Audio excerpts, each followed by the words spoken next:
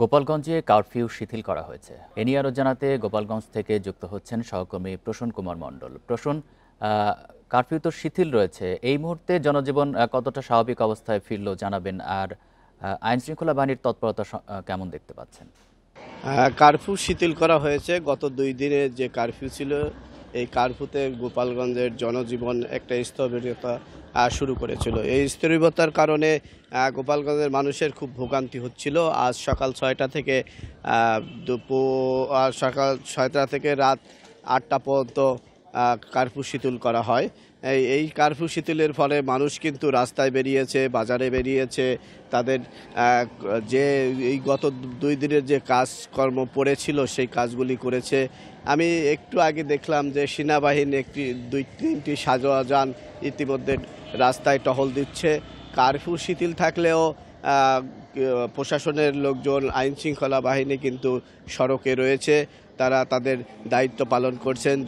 জনগণের মতো তারা নিজ নিজ গন্তব্যে যাচ্ছেন। রিক্সা, ভ্যান, ইজি বাইক চলছে।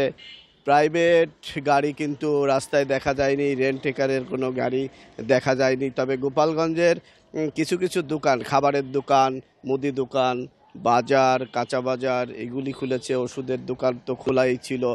আর বিশেষ করে গোপালগঞ্জে আজ শনিবার, এই কারণে দোকানপাট, গোপালগঞ্জের বিভিন্ন প্রতিষ্ঠান, ব্যবসা প্রতিষ্ঠান বন্ধ থাকে।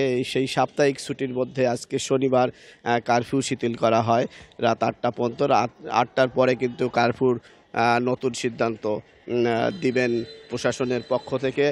এই কারফিউ এবং গত বুধবারের সংঘর্ষের ফলে গোপালগঞ্জে 3টি মামলা হয়েছে। 3টি মামলায় ইতিমধ্যে 2600 জনকে আসামি করে 3টি মামলা দায়ের হয়েছে। এই 3টি মামলার 2600 আসামির মধ্যে কিন্তু 164 জনকে গ্রেপ্তার করে আদালতের মাধ্যমে জেল আদালতে পাঠানো হয়েছে। তবে এই কারফিউ থাকলেও, শিথিল থাকলেও জনমনে কিন্তু আতঙ্ক রয়েছে গ্রেপ্তারের। অনেকেই দাবি করছেন তার ছেলে মেয়ে শ্রমজীবী, কারখানায় কাজ করে, গোডাউনে কাজ করে, তারা কিন্তু এই ঘটনার সাথে জড়িত না, কিন্তু তাদেরও কিন্তু রাস্তা থেকে তুলে এনে কারাগারে পাঠানো হয়েছে।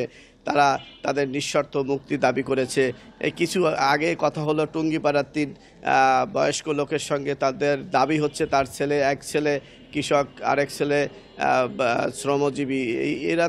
তাদেরকে নিরীহ লোক, তাদেরকে পুলিশ রাস্তা থেকে তুলে এনে কারাগারে প্রেরণ করেছে। তারা সন্তানের নিঃস্বার্থ মুক্তি চান। আর কারফিউকে কেন্দ্র করে মানুষের মধ্যে যে আতঙ্ক ছিল সেটা অনেকটা কেটেছে আজকে শিথিল হওয়ার কারণে। রাত 8টার পরে কারফিউ নতুন করে আবার সিদ্ধান্ত হতে পারে কারফিউ থাকবে কি থাকবে না। তবে জনমনে যে গ্রেপ্তার আতঙ্ক, এটা নিরসনের দাবি জানিয়েছেন সমাজের বিভিন্ন শ্রেণী পেশার মানুষ। এই ছিল কারফিউ নিয়ে গোপালগঞ্জের সর্বশেষ। গোপালগঞ্জ থেকে জানাচ্ছেন সহকর্মী প্রসূন কুমার মণ্ডল।